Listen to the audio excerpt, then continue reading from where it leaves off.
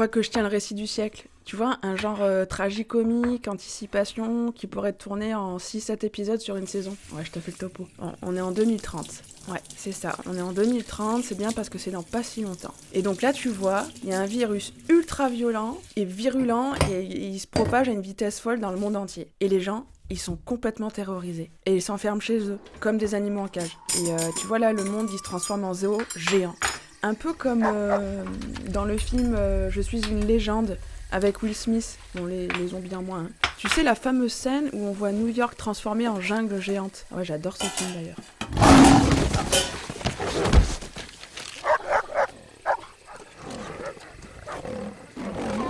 Donc il y aura même la nature qui reprendrait ses droits et la couche d'ozone qui arrêterait de rétrécir. Et ça les rendrait ouf les gens. Des singes, des biches et même des oiseaux dans les rues. On entendrait des mouettes rieuses pour faire référence au film d'Hitchcock. Enfin, faut cibler aussi les intellos.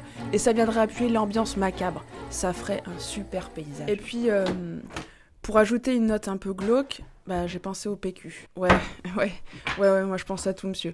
Ouais, c'est ça. C'est un des points forts du récit. Il y aurait plus de PQ. Putain, ça c'est une idée. Ouais, plus de PQ. Le drame total. On approcherait de l'apocalypse. Un peu comme dans Quinquin chez les Inhumains. C'est quand même pas l'apocalypse. C'est la fin du monde qui a rendu. Tu l'as vu d'ailleurs cette série ? Bruno Dumont, c'est un génie. Enfin bref, je m'éparpille. Donc on a posé le décor là. Mais pour captiver les gens, il faut du sexe.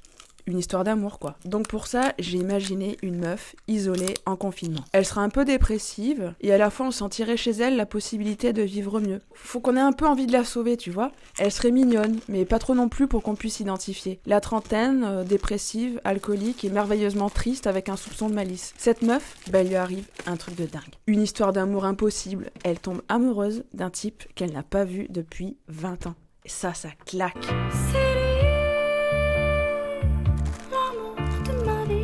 Ils peuvent pas se voir, parce que n'oublie pas que c'est la fin du monde, hein. Et c'est terrible, 20 ans d'attente pour finalement ne rien vivre. Donc là les gens, on les tient jusqu'au bout en leur donnant l'espoir que ça va marcher, qu'ils vont pouvoir enfin se rencontrer et vivre leur passion et qu'on pourra les voir tout nus.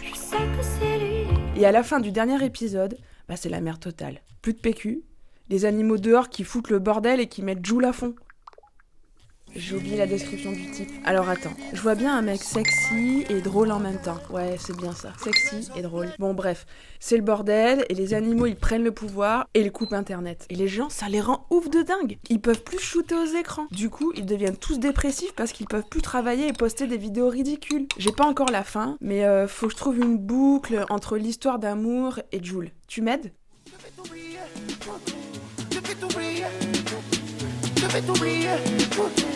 Je vais t'oublier.